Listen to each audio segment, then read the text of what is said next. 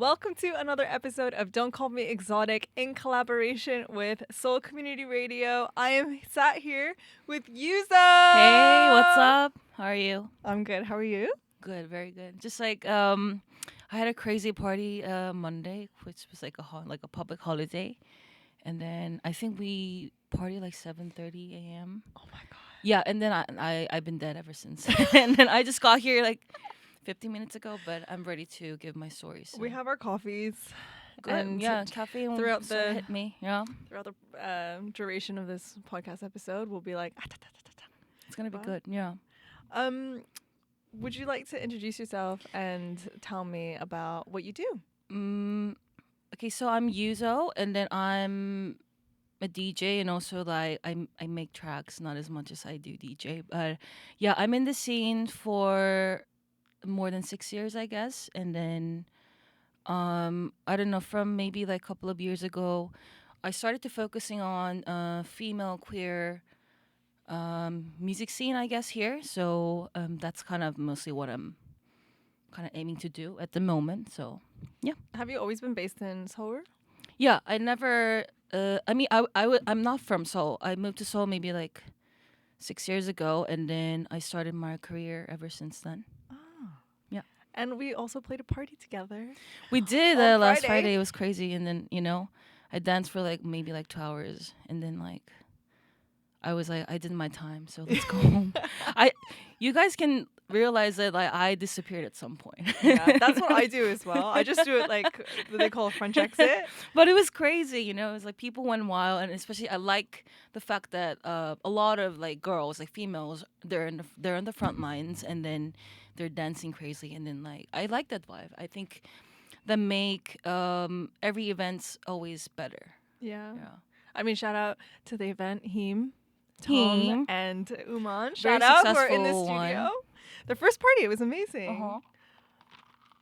But so you said before that you like to focus on like queer and female artists and also in the music that you play.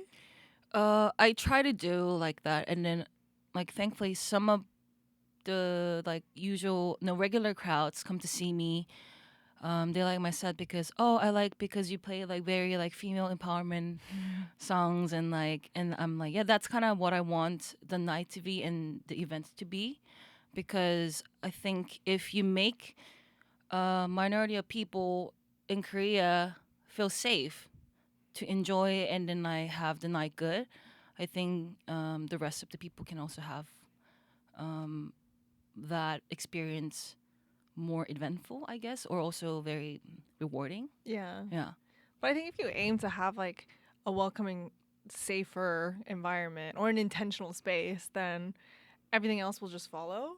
Yeah. Yeah. 'Cause- Exactly. Yeah, because then if you're creating a safer, I don't like to really say safe, but like safer place for people who like maybe wouldn't feel safer in other spaces, then if they're cool, then like everyone else is gonna be cool. Yeah. Yeah. So yeah, no, I when I DJ and I see like women dancing, then I'm just like, I think this is like yeah. I think that's the most important. I think women, if they're in the front lines, or maybe like I'm also queer, by the way. So if I make people from all the queer community kind of like, this is like very fun night, I feel safer than any other places we go. I think that's kind of what I kind of like wish like all the scene to be like that. So yeah, I'm trying to make that kind of environment. I don't know if I'm doing like enough, but yeah. But you have a studio as well, don't you? I do have a studio, and then so the studio is an abbreviation for One More Muse, and then the word muse is kind of traditionally refers to women. And I got an idea from a website called One More Lesbian, and then so I was like, this is actually really cool. If I make like one more something into an abbreviation, the sound would make also nice. So like it's like om, like I can pronounce like om, and also like om a little bit sounds like like Yeah. in French, like refers to male, which is like quite an irony of there, but also yeah, it's just basically like a rental studio. I I do DJ lessons there, and I let people to do like DJ practice, and then they pay per an hour. Um, and then basically I just want like female musicians, female producers, female DJs to kind of like work in a safe place. So yeah, they have like their own each room, and then I give them to use like per month, and then they pay me like it's like a rent basically.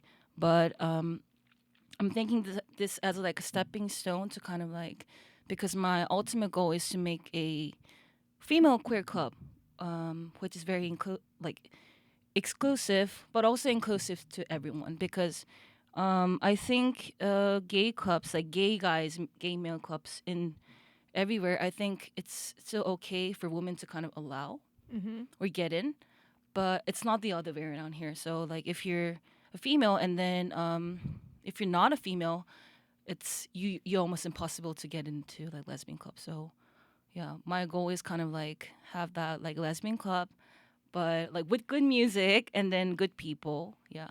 So would that be kind of, because I think it's also like quite tricky, because you want to create a space for marginalized like one group of people, let's say, but then you also want to be inclusive. So like how, because I wouldn't know how to like do that. So like how would you do that? I mean, I haven't started, so I need to be more concrete in like organizing that. I think there's got to be a way.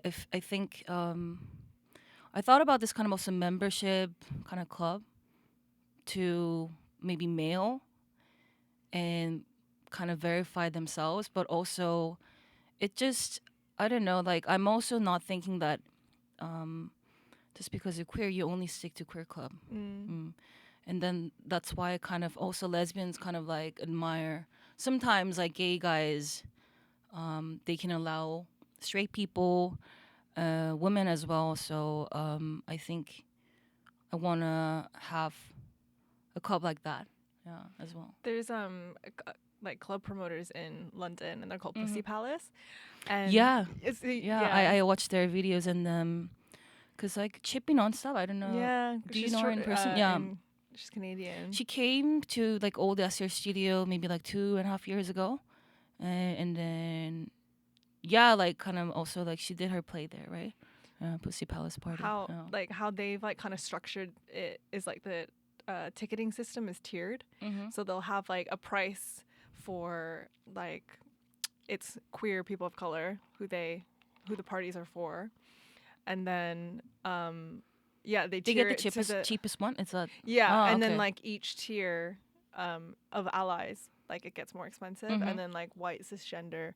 How are you gonna prove that they're ally and then like? It's not enforced like that, but it's built on like an honor system.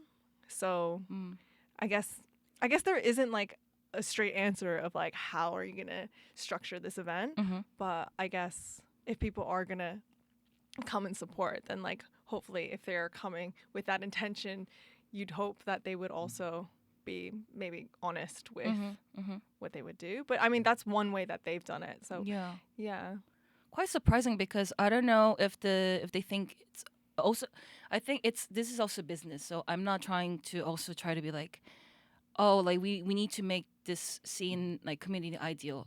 That's also like my top priority, but also it's a business at some point. So kind of grading the system, like if you're like queer and then like you're female, like for example, if I have that system in my lesbian club like later in the future, I don't know, like it can be controversial, I guess, like, and then like how you're gonna let them people, and how are you gonna know that these person are your ally? Yeah. And then, but I think it's like one good idea actually. It's just like based on like people honesty, right? Yeah. Yeah.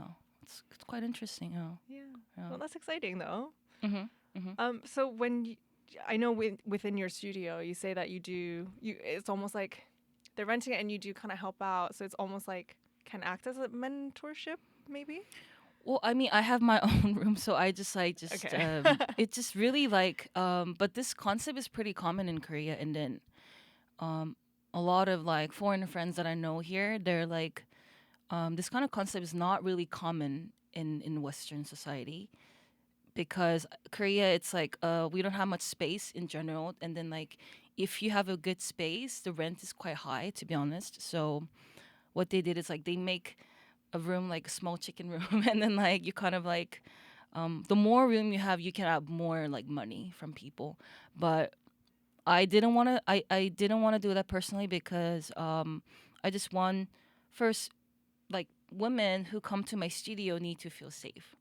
So that's why, including me, only 5 people can use it, like residently. And then, but the visitors, they can be any gender. Like I also don't want to be like men not allowed. And some men's are like, hey, can I go to your studio and practice because I heard your policy? And I was like, no, no, no, no, you guys can come, you know. Yeah. And then I already gave a notice to people who are using like their own rooms, like, you know, visitors can be anyone. So yeah. Yeah. Yeah. And you teach DJing as well, do you? Yeah, I've been doing that for 3 years, and I think quite a lot of them kind of know who I am as a DJ, and then what kind of identity I have when I play music. So a lot of them can be queer. I think based on my experience, a lot of them are queer, I guess, and then also maybe want to explore not just only one type of music, because that's also kind of how I present myself in DJ sets. So yeah. I heard a lot of like edits in your set on Friday, Mhm, which mhm. I personally love. Like that's how I kind of got into DJing and radio myself. Mhm. How did you kind of find your sound? And Mm.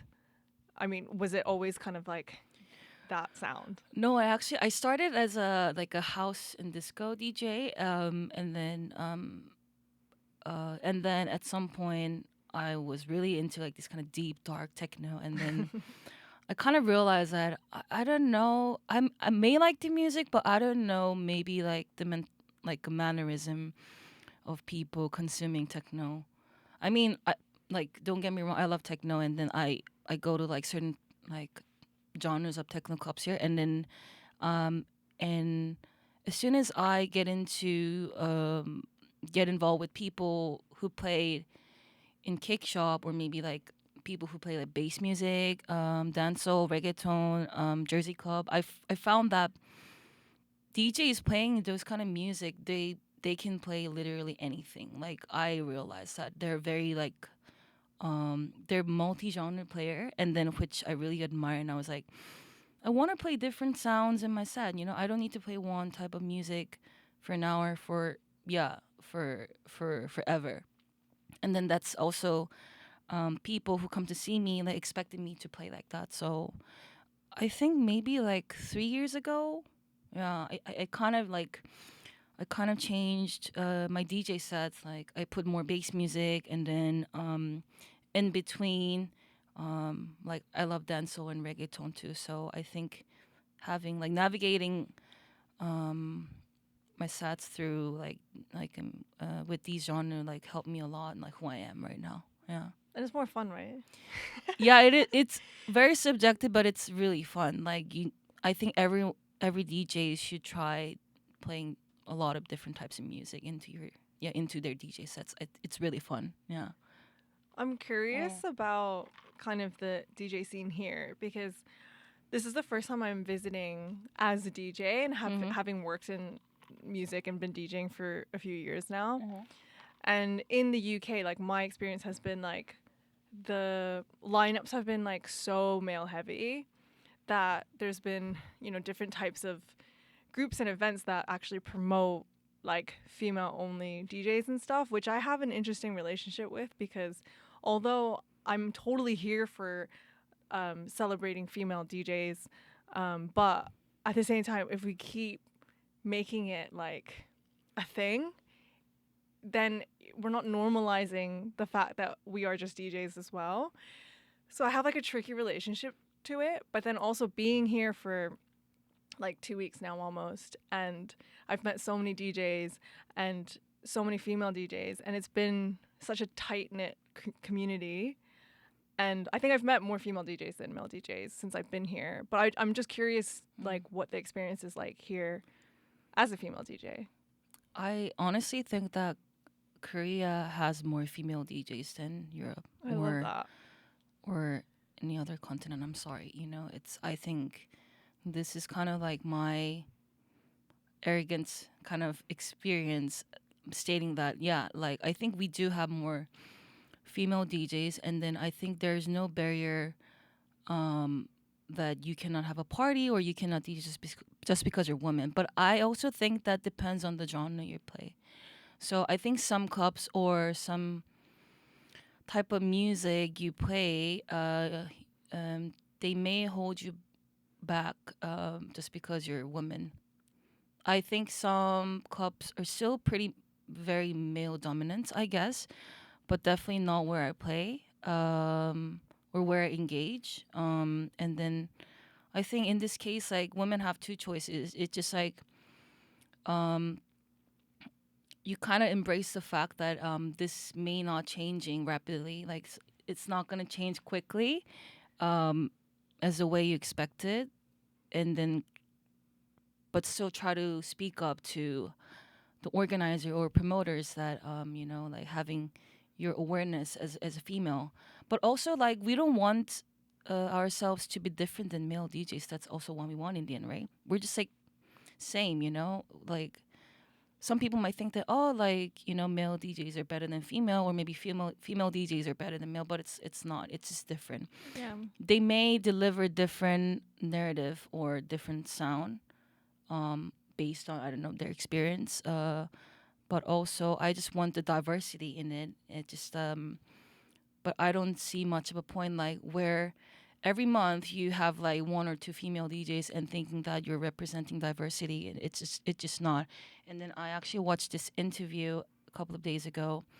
Like we should ask these questions to promoters and organizers who can be like cisgender male. Like for example, it's just like have you ever aware of that your parties or events can be like misogynist, or maybe like you're not representing like diversity enough. Like I think we can ask these questions to like people who are in charge of the scene or maybe community. So because I think people like me, I mean, I'm open to like speak up and then give and very vocal about like the status of like female DJs here, but also some DJs don't want to confront that situation, because they get paid. This is also business. They want to play, and then like they don't want to get stigmatized to a certain image. So I think this may different to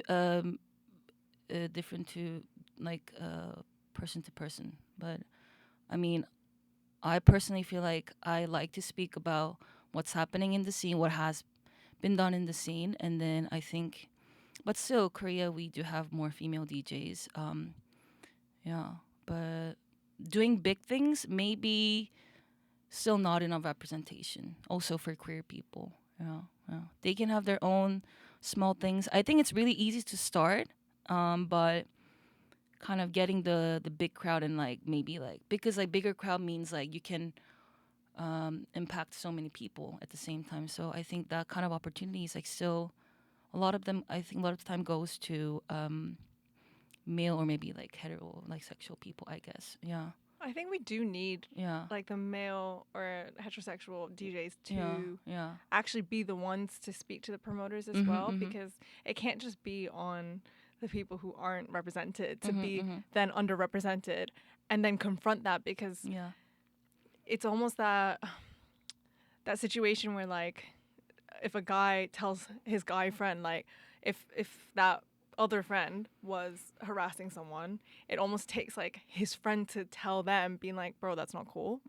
So I almost feel like there needs to be like accountability from everyone and not just like the people who are underrepresented, because that's not fair to then have to take that on as well. Yeah. Yeah. So I think you need to start your night soon. Yeah, like I was gonna say the other option would be like you make your own friends, you make your own community, like do your things with your girls or your female friends, queer people.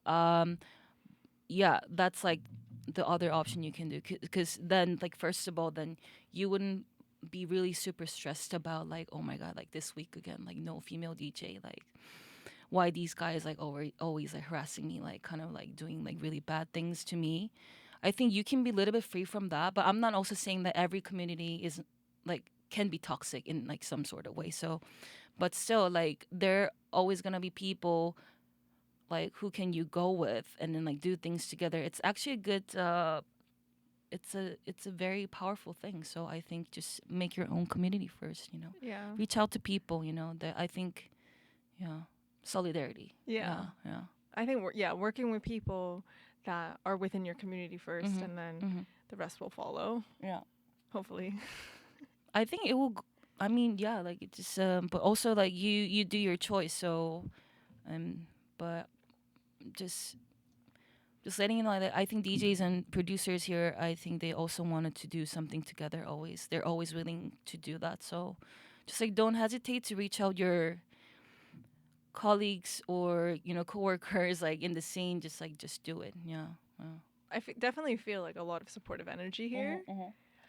And I've been thinking about this a lot since I've been here. I'm like, is it because I've like kind of infiltrated like meeting a core group of like core community of DJs who already are like good people, or is that just kind of like the standard community within the music scene here? So that's something that I've been thinking I think about. you just met really good people here while you're here. Honestly, yeah. Yeah, just like good people bring good energy, and then what's wrong with that? And the outcome will be also very, very beautiful, isn't it? Yeah, in the end. So, yeah. So you produce music as well? I do. Like, I wouldn't say like I'm like producer and DJ. That I'm like, but I try to make tracks. And then yeah, like my goal. Actually, I had this similar interview, and then I promised I'm gonna make a remix album of like all the female vocalists, but it hasn't been released. I'm still working on it. Yeah, but also like through that, I'm also just trying to like make female crowd to be more like relate to like kind of like who they are like when they come to see me or like listening to what I make. Yeah, that's kind of what I'm hoping. Yeah. Have you thought about potentially doing like workshops? You mean like a producing workshop? No, Or I'm not. I am not. I'm not at the level to. You mean DJ workshop? Yeah, DJ workshop. Well, yeah, like I think Tom suggested me to do a couple of workshops. I'm definitely gonna be there for that, and yeah, like why not? I'm just I just want. I think everyone should be a DJ if they're interested in it. I think we need more new people always. That's kind of also what I thought. I mean, we need very skilled DJs who've been doing this for also like years and years, but also like we need fresh new people giving new perspective, giving you different energy, bringing new crowd. So I just really want to kind of like facilitate. I don't know if it's a right word in English, but I just want to make everyone have that opportunity. So yeah, why not? How did you get into it? Like DJ? Yeah. I studied in the Netherlands when I was an exchange student, which was like 8 years ago, 8 years ago. And then I mean around that time, like already Europe has like electronic music was a big thing, and then but my taste wasn't really like my taste was really horrible at the time. I just went to like Thursday party, like the student party, Yeah. and then it's like, oh, the music's good. And then as soon as I came back from the Netherlands, I was like, I don't know, I want to do something about like DJing or maybe like producing. So I went to there's like an academy, like we have this like academy culture here. Like you learn if you want to learn something, you go to every sort of academy to kind of, I don't know, finish the course, which is like funny. And then I went to this we call hagwon in Korean. I went to this hagwon in Gangnam, and then actually my instructor at the time was DJ Bokal, which kind of all my relationships to SCR kind of like started. But he was too busy, so he tossed like his DJ course to other DJ called Shin Kyumin, like and then yeah, like I learned maybe like 6 months, like DJing through him, and then I had my first debut on SCR, and then and ever since then I've been DJing. Yeah, and my first party was at Pistol, playing like Detroit, Chicago disco, house, and everything. So yeah, that was like 6 years ago, a long time. What was your experience like being in the Netherlands? It was good, but also now I have to think about, because at some point I wanna go there. I mean, I visited a couple of times more there, but not as in like a DJ or something. I just visited purely just to see my friends and then just for sightseeing. And because I am really interested in like bass music, and then I know like UK really has like a big bass scene, but also I heard Berlin is really good. I don't know about like other cities in the Netherlands have like that scene, because I watched the Boiler Room. Liza, the Amsterdam, is like, she played the music that I really want to play, and then I don't know. I think like also like I think Netherlands is like very nice, calm, like country, but also music wise, I still haven't like figured that out, like where I can fit in if I maybe like live there for a while. So I need to figure that out. But also like I was a student like 8 years ago, so I didn't know much about it. So, but it was fun. It's like definitely made me think like I can maybe live there for a bit. But I also love like living here because I'm Korean. I lived my whole life here, and then I would say I'm quite established here. I'm quite settled. So, yeah. Yeah, and I mean, you should definitely come to the UK if you're I interested. will. Actually, my first ever trip abroad was London. Really? My sister, she used to live in Sheffield for Okay. her master, and then like she moved to London for her TESOL. So, and that was like when I was 18, 19, and then she was like, "Do you want to come to London?" And my flight was direct flight from Korea to London, and then that was kind of my first trip abroad. And then it was January. It was rainy and so cold, and then like there's 3 hours of daylight. It's terrible.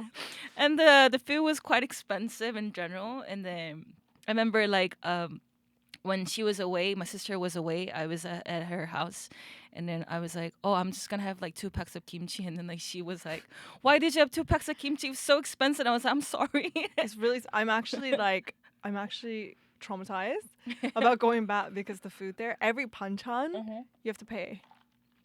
So in Korea, for the UK listeners, even in Korean restaurant, in a Korean restaurant, you have to pay extra. Yes, kimchi is like £4. Yeah. It's traumatizing. It's a very serious thing. Like it's just like I'm traumatized. Yeah. So if I go for a meal, it's like £80 for something that would cost me £12 here. I can't handle it. It's a Korean restaurant, but the rules are like, I can't handle it. The rules are like, I'm looking as a Korean person. I'm looking at this Korean person, and I'm like, do you understand what's happening? Giving right this now? Korean look to like, like, I don't understand. And I'll just share one more experience about Korean culture, like coming into London. I went to a festival last month, and it was really cool. But which one? All Points East. It's in Victoria Park in East London, and they had a soju stand. And I remember being like really drunk, and I remember passing and being like, "Oh my god, there's a soju stand! This is crazy!" So I was with my friend. I was like, "We have to go." Went to the soju stand, and I was like, "I'll have a bottle of soju, please," which costs about 1,000 won here, right? 2,000? No, I think it's in like shops. 3,000. Yeah, 3,000. So that's like what, £2? Yeah. They are telling me, first of all, they don't sell bottles. They have to pour it out in like 50 milliliter measures. And I was like, okay, first of all, that's like rude. But second of all, fine. How much is it? £5 per two So shot. It's not even cocktail, but they sell like at. So they're selling it as a shot. And I'm like, you do understand, like, this isn't. I was so mad, but I was like. But they're Koreans too? Like. No. It was like some like very young person just working on a bar. And she was like, I didn't make the rules. But I was like, don't get angry because this person is like 18 years old and they're making so much money. Yeah, so I've decided that I might start a soju like You should. Hus- You should. like, You should. Yeah. side hustle there Yeah. and become a millionaire. Yeah. Why don't you do studio and then like studio who have a bar license? Yeah. Sell kimchi for Yeah. 800 pounds. Yeah. And Just like soju. simple thing, you know? Like SCR has like the best chicken wings and then like I know. potatoes and then they got a reward, you know? Yeah. Like, just you can simple as it is and then like you can still do the business. So yeah. Well, thank you so much for sitting down with me. Oh, thank you. I'm like very honored. Yeah. Please can you drop your socials so people can check you out? It's just like my Instagram. I only use my Instagram, I guess. So it just you can just type yuzopia, yuzopia. That's my Instagram handle. Yeah, no Korean number, right? Just like my social media. I mean, you can check my SoundCloud, but I don't know. I think it's kind of I don't know. There was a point when SoundCloud, listening to DJ mixes through SoundCloud was like a big thing, but I don't know. I don't know about these days crowd. And like to be honest, like whenever I play in cake shop or other venue, I'm like, because obviously they look younger than me. I'm like 31 right now, so now I have to think about like, oh my god, how are they finding mixes? Oh, This is market research. but I think I don't know, maybe I engage in like different groups of people because I'm not young anymore. I'm not in like my early 20s, like mid 20s, kind of like really like craving for like going to parties and events. So maybe I'm not giving the exact facts or something, but there was a period like for people it's, oh my god, like I need to check this DJ mixes because his style or her style is like perfectly what I want to play. I think there was like a certain types of period, but I think these days people are more like, I don't know what they're interested. Like I also want to learn from them, you know? Yeah. Sometimes I get asked like, "Do you have a Spotify?" Yeah. And I'm like, "What does that mean? Like, what? I don't know how to put mixes on there. What are you talking about?" Yeah. So it's confusing. I don't know where people are finding Yeah. mixes, but I use SoundCloud still. Just classic for underground DJs and producers. So it's like, yeah, just try to listen to DJ mixes a lot because if you want to be a DJ or maybe if you're interested in the DJ scene, yeah, because I think that's like the classic way to get your information. So And it gets exciting, I think, if you listen to a mix. Yeah, that you really like. it's really like if you, I don't know, I'm trying to give, some DJs really try to put themselves really hard on giving narrative on their DJ sets, right? So some people really just say, I just play whatever I want. But if you're focusing on that, I think it will really help you out to navigate yourself as a DJ because some people think the DJs just play music, but that's not always true. You know, they think what to play next. They try to make a story out of it. So, yeah, just find the good DJ mixes. You know, yeah. Well, I'm sat with one right now. So Oh, anyway, thank you so much. thank you.